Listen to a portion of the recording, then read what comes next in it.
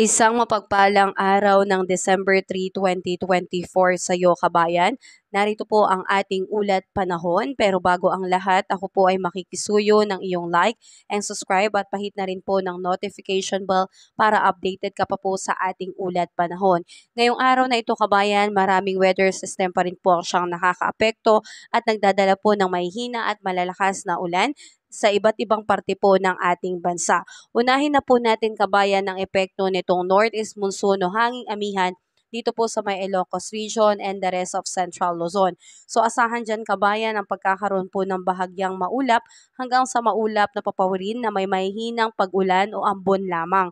Kaya ito po ay wala pong significant impact. Samantalang asahan naman po natin kabayan dito po sa may ilang bahagi ng Cagayan Valley and Cordillera Administrative Region, ito po ay direktang naapektuhan din po ng northeast monsoon pero ito po ay magdadala ng maulap na kalangitan na may kasamang pag-uulan. So posible ang dulot na ulan nito ay maging moderate to heavy rain kaya posible po ang pagkakaroon ng mga biglaang pagbaha and landslide kaya ingat po tayo dyan.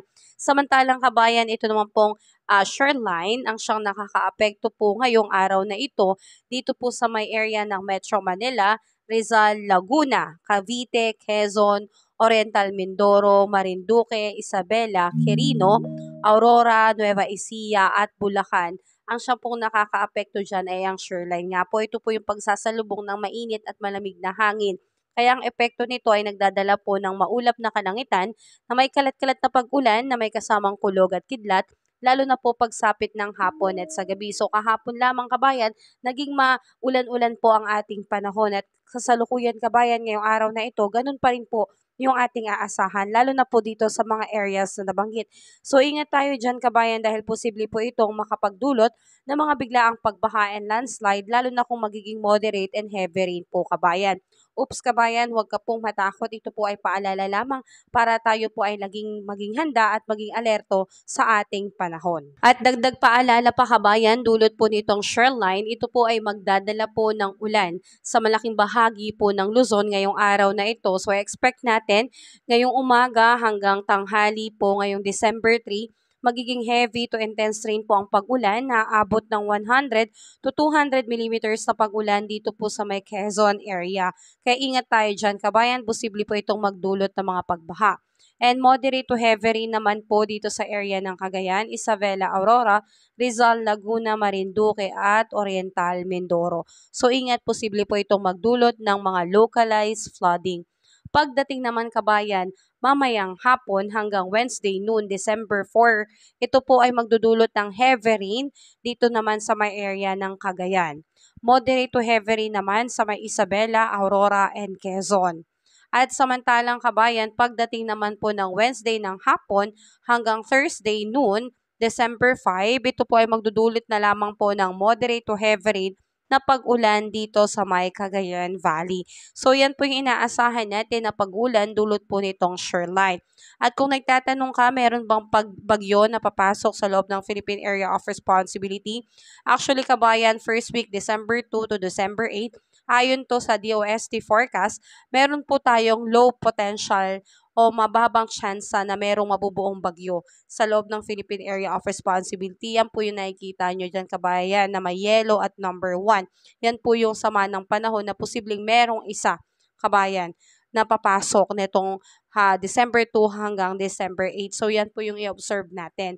At dito naman kabayan, pagdating ng second week, December 9 to December 15, may panibagong sama ng panahon naman po ang ating inaasahan. At makikita ninyo, ito po ay nasa landmass natin ng ating bansa. So kita natin dyan, medyo mababa pa rin po ang tsansa pero hindi naman po natin inaalis ang posibilidad na ito po ay maging isang ganap na bagyo dahil din po sa mga weather system natin na posibleng mag-contribute sa paglakas nitong sama ng panahon. So i-observe at maging handa tayo by December 9 to 15.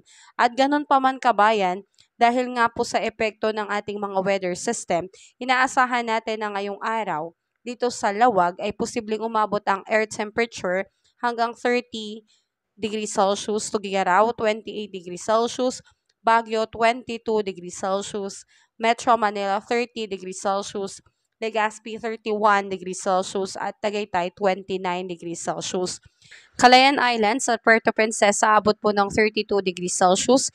Iloilo, Cebu 32 degrees Celsius. Tacloban 31 degrees Celsius. Cagayan de Oro 32 degrees Celsius. Zamboanga at Davao po ay 32 degrees Celsius. So yan po yung inaasahan natin na abot na air temperature ngayong araw na ito. Wala naman pong nakataas na anumang gale warning signal sa ating bansa. Pero inuulit ko, magiging maulan po ang ating panahon lalo na sa malaking bahagi po ng Luzon. Epekto po yan itong shear line at northeast monsoon. So yan po yung mga weather system na siyang nakakaapekto kaya lagi po tayong magdala ng ating payong bilang pananggala sa biglaang buhos ng ulan. At kabayan, naglabas na rin nga po ng DOST Pag-asa ng forecast kabayan na posibleng merong 1 hanggang 2 bagyo ang papasok bago matapos ang taon na ito 2024. So sa buwan na ngayon na Disyembre, posibleng 2, ito po yung tatawagin nating bagyong Kerubin at bagyong Romina. So yan po yung ating i-observe at yan po yung ating paghahandaan. Pero ngayong araw na ito, December 3, ay wala pa pong bagyo. Wala rin po tayong namomonitor na anumang sama ng panahon o low pressure area sa loob at labas ng Philippine Area of Responsibility. So that is good news kabayan. At para ma-update pa kita sa ating susunod na ulat panahon, ako po ay makikisuyo ng like and subscribe at pahit na rin po ng notification bell para updated ka pa sa ating ulat panahon. Ingat ka kabayan, salamat at nakaabot ka hanggang dulo ng video na ito. Ikaw talaga ay nakikinig at nakakaunawa. Salamat kabayan, God bless and more blessing pa sa'yo.